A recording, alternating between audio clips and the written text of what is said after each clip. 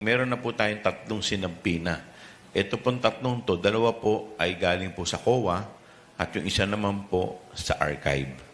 So yung dalawang COA, yung isa po dating state auditor at yung isa po yung kasalukuyang state auditor ng COA. Maraming salamat po.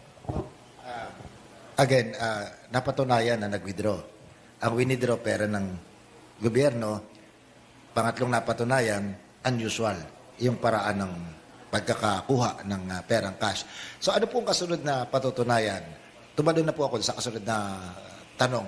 Kinakailangan bang mapatunayan nilustay pa nung pinag-abutan ng pera o sapat na mapatunayang hindi sila nakapagbigay ng paliwanag kung paano ginastos yung perang yon para ika nga ng mga tambay sa kanto ay swak sa balde? Yung susunod po na magte-testify, ito po yung OWA, ito po yung sumuri ng confidential fund kung saan po ginamit.